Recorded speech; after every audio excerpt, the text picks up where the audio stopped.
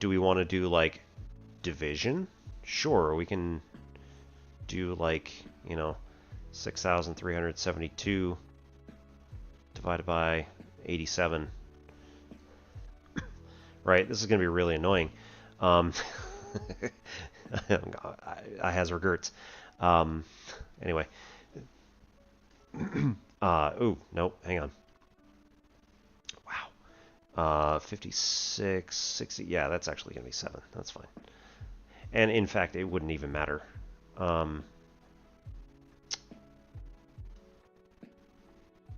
know what, that's fine. We'll do 5.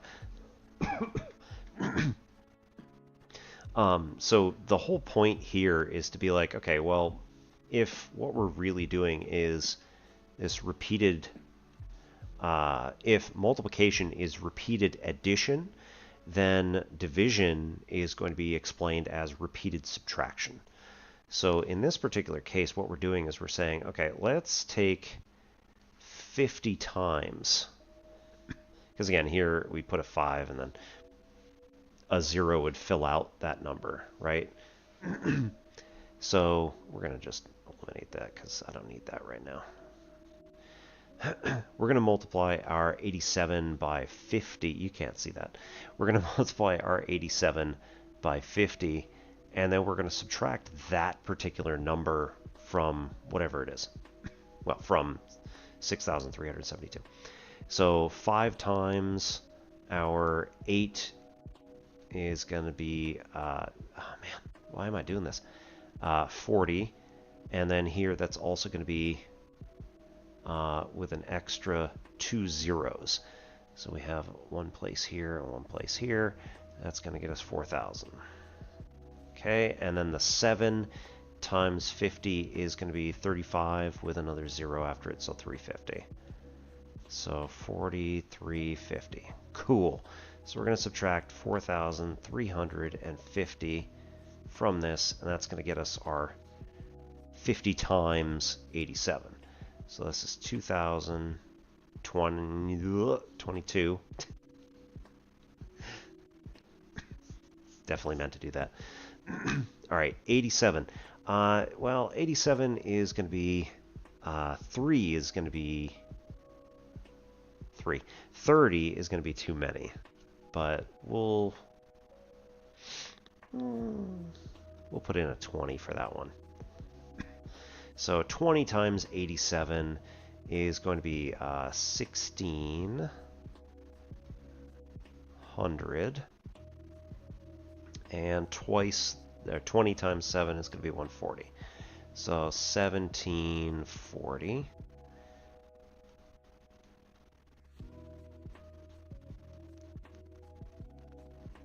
Boo. 2.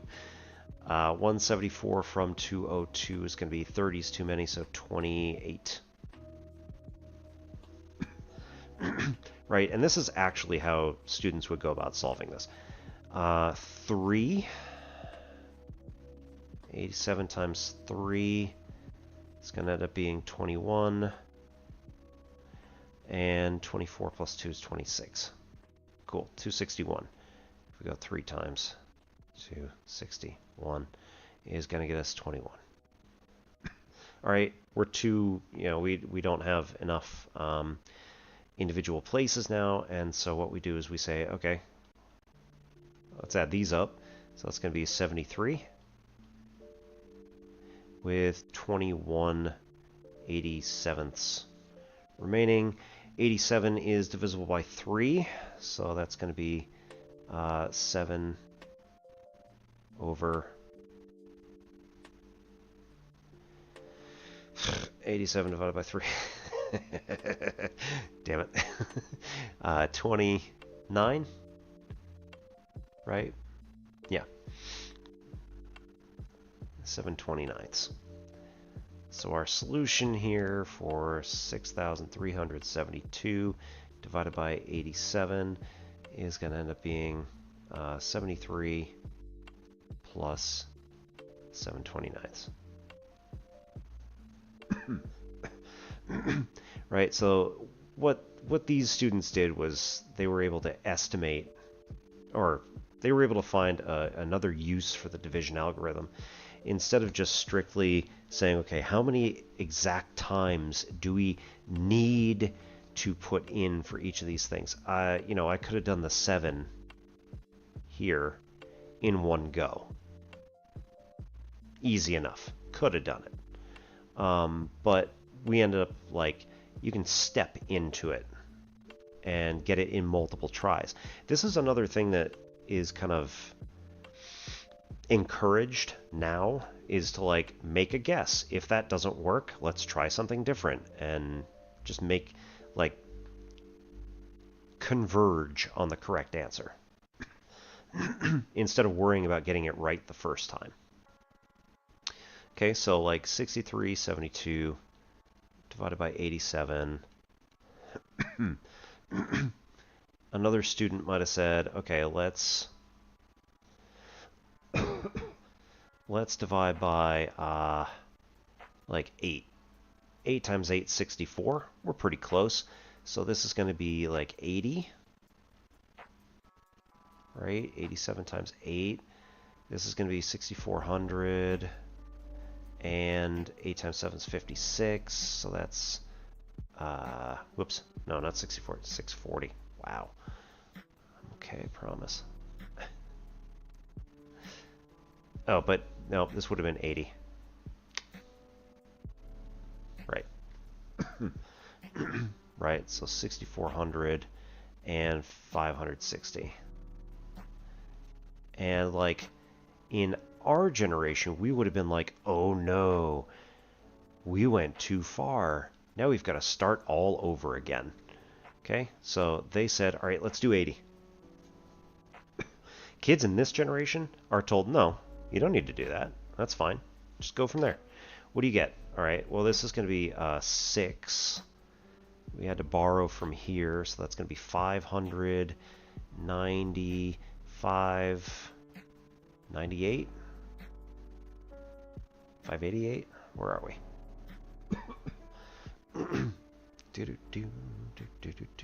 I know, I should be doing this in my head. 69, 60 minus 63, 72. I'm just going fast. 588. Okay. Okay, so subtracting these things, I get 588. But that's negative. Okay. Well, now we need to subtract from that amount. So we're in the negative, so we're going to do kind of the opposite. So instead of adding this next number, we're going to subtract from 80 to get the next one. So what do we do? Okay, 8 times, I don't know, 7 will get us pretty close, right? 87 times 7. Right, that's 49. That's going to be 56 plus 4 is 60. That's 609. 609. So now we're adding swings in the other direction. This is going to be 19. And we're in the positive direction at this point. Right, gets us 12 to get from 588 to 600. And then another 12 plus another 9. Nope, not 19. Damn it. Is 21. So now we're out of space again. So 21/87. Oh, look at that. It was the same fraction. Is going to get us 7/29. And then 80 minus 7 is going to be 73. So our answer, 73 plus 7/29. And students get it the same way, whichever way they go. Our generation was taught that, like, doing this thing here and ending up going too far, if we guessed 80 and then we get this thing multiplied out to 6960, it's too high, so therefore we can't do this. The students these days are taught, well, you can do it, it just takes a little extra thought. You went too far, so now what do? Well, we do the opposite. So instead of our answer adding all of those numbers in the quotient column, we're going to subtract the 7 because we went too far, so now we need to back off. Right? And somebody could have done another thing. They could have done like, let's subtract 6. So if we had subtracted like 80 minus 6 and only subtracted a smaller number, right? So it would have been like 520 something, 520. Having a day. Yeah, 522. Subtracted it, you get a negative in your remainder. Well, it's not a problem either. It's going to be, you know, a negative 66 out of 87 is going to be a negative 22 out of 29. So we subtract 22 29ths from 74. And then we get 73 and 7 29ths. So like all this stuff works. It's just a matter of like how much work do you need to do to get there? And if we do it incrementally in smaller steps, then, you know, it's going to take us longer, but overall we can be more confident in the answer. Again, we're converging to the correct answer rather than always getting the most efficient algorithm to do so. Because using the most efficient algorithm to do so might not be something that a student can just see. I could when I was in like, you know, 4th, 5th, and 6th grade. I got it. My teacher was so happy that I was, you know, constantly just seeing the way that this stuff worked. But like, you know, half the class didn't get it. And it's not their fault.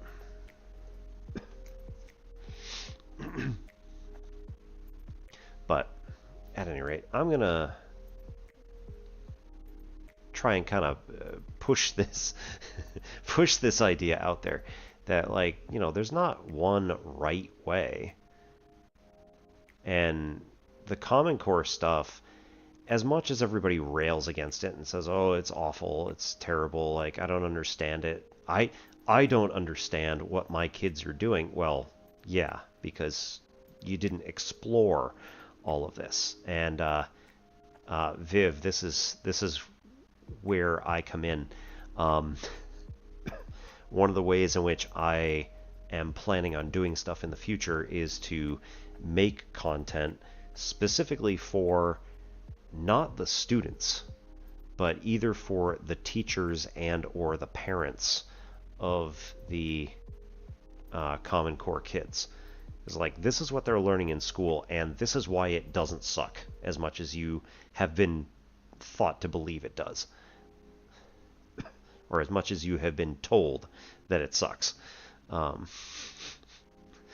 This is why it is not actually as bad as you have been told it is.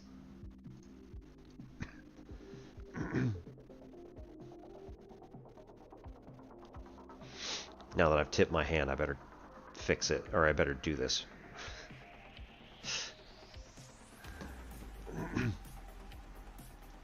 Oh no, someone might take my idea.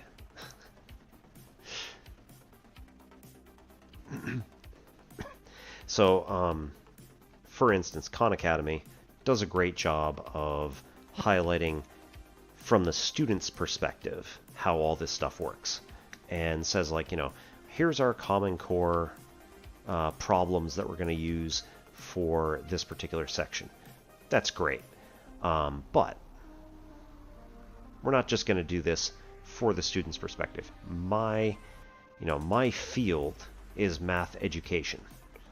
So I'm going to go out here and say, this is why this stuff works. This is where it connects to your kids' future endeavors. This is how it works with all the stuff that, all the stuff that you've been taught. This is where it ties in.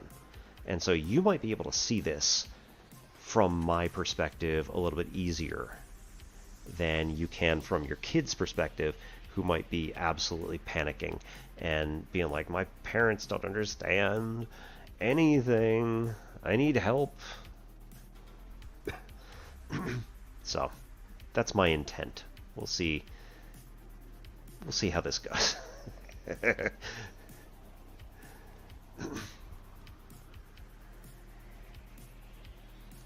All right. If anybody has any questions, let me know. Specifically about math, but or about me, my experiences, things I've been doing, projects. Who knows? Got all sorts of cool stuff.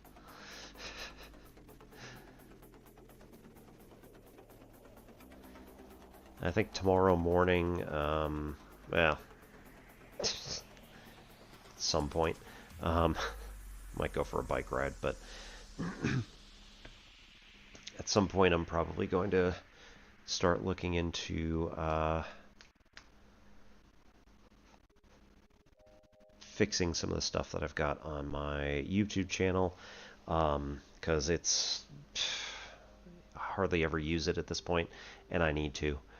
I need to fix some of my highlight reels and things like that that are on Twitch. Try to pull a few clips so that I can get more interesting stuff out there.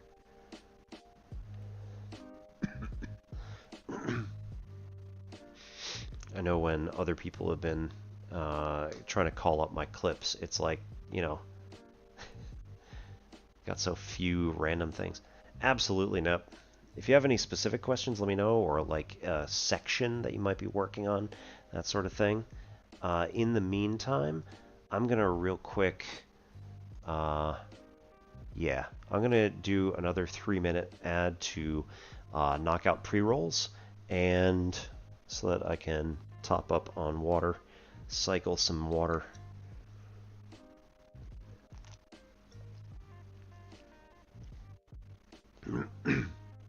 And if you all have not done so recently, make sure that you get up, walk around, stretch, get yourself some water, cycle it, and we'll be back in 3 minutes.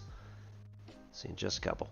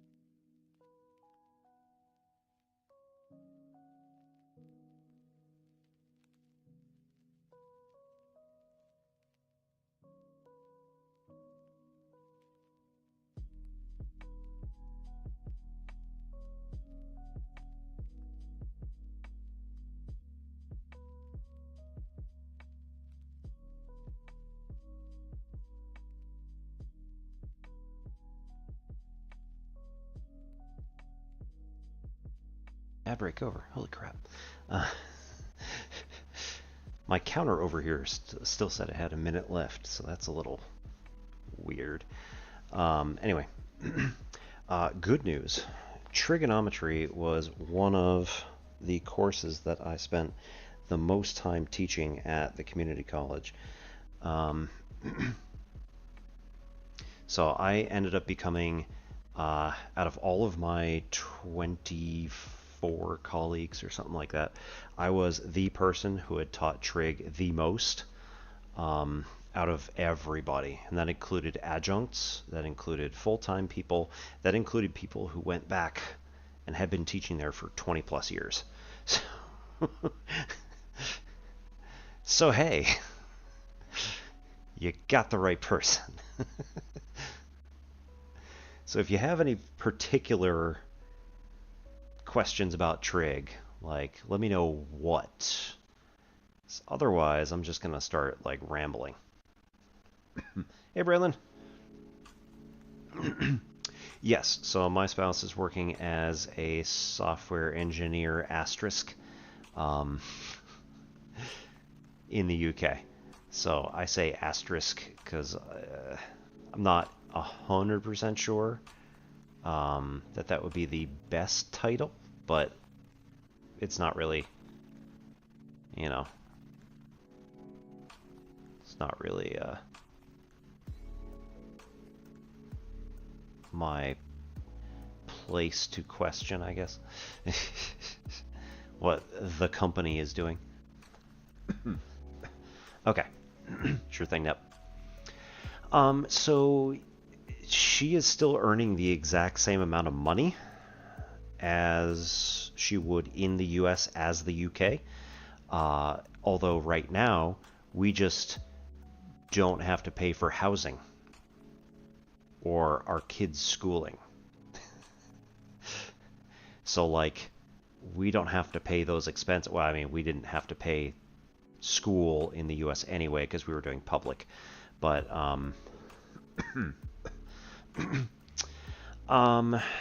so, well, it's not really a fair comparison because, like, we're living now in a minor city, whereas in the US we were living in, like, a very large town.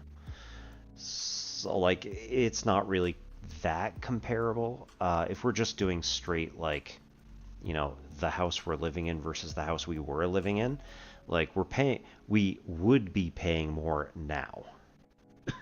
But again, my spouse was like, well, we're just gonna kind of live in, like, we've got kind of a budgetary range where, like, these are the houses we're gonna start looking for, and then, you know, kind of crept up a little bit from there, because again, we have a housing stipend which pays for rent but also then for utilities, so we don't have to pay utilities essentially. Like, all right. Maine has a fairly low cost of living, asterisk, because, yeah,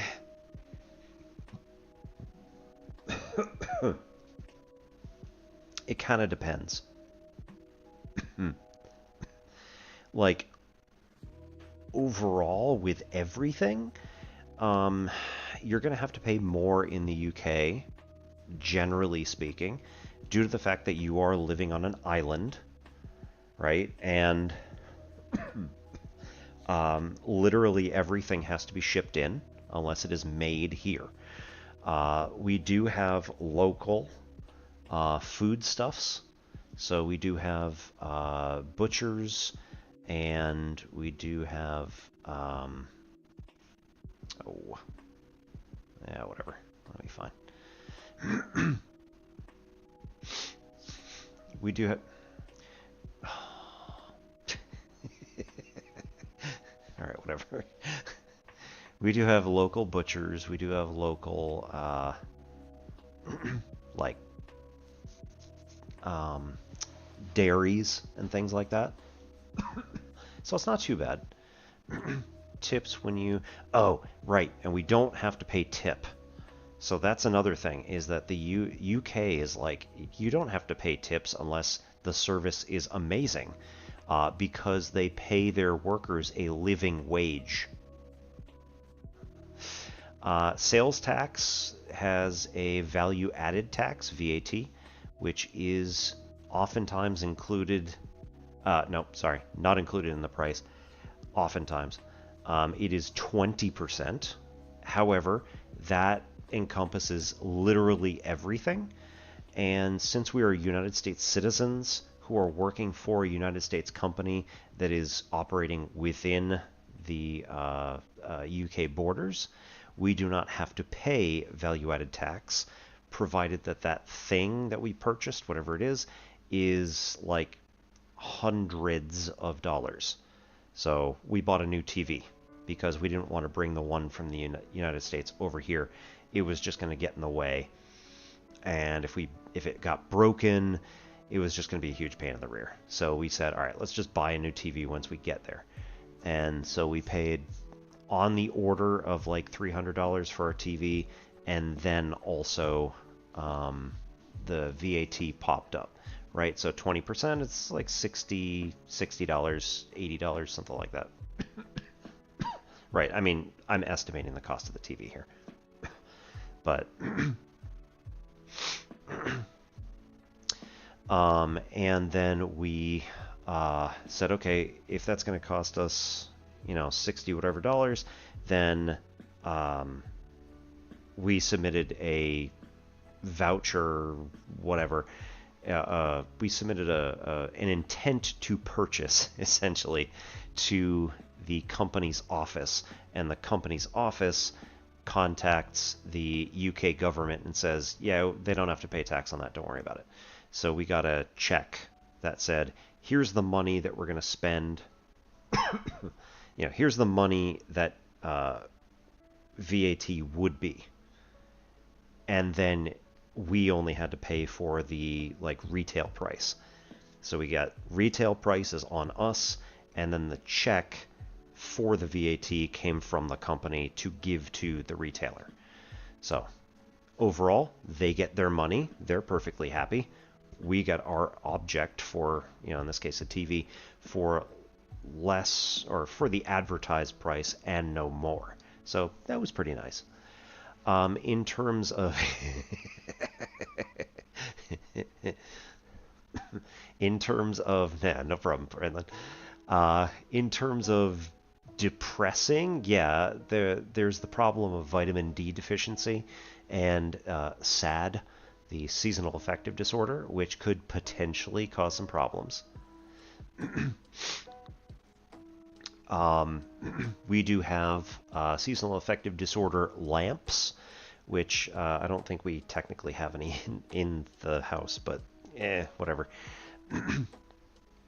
We're going to get them before winter rolls around again. Right now it's springtime. We're rolling into summer, so it's light out until 10 p.m. And it's not even June. So we've got plenty of sunshine right now, but once it gets into wintertime, yeah, seasonal affective disorder is a real thing, and we will have lamps to correct that. It rains every day. Yep, it sounds a lot like Yorkshire as well. If you do move to the UK, I recommend looking into the weather patterns and average rainfall, average sunny days, etc. We are not planning on retiring here or anything like that. I wouldn't say the American dream is dead. I just say we need to get it back on its feet.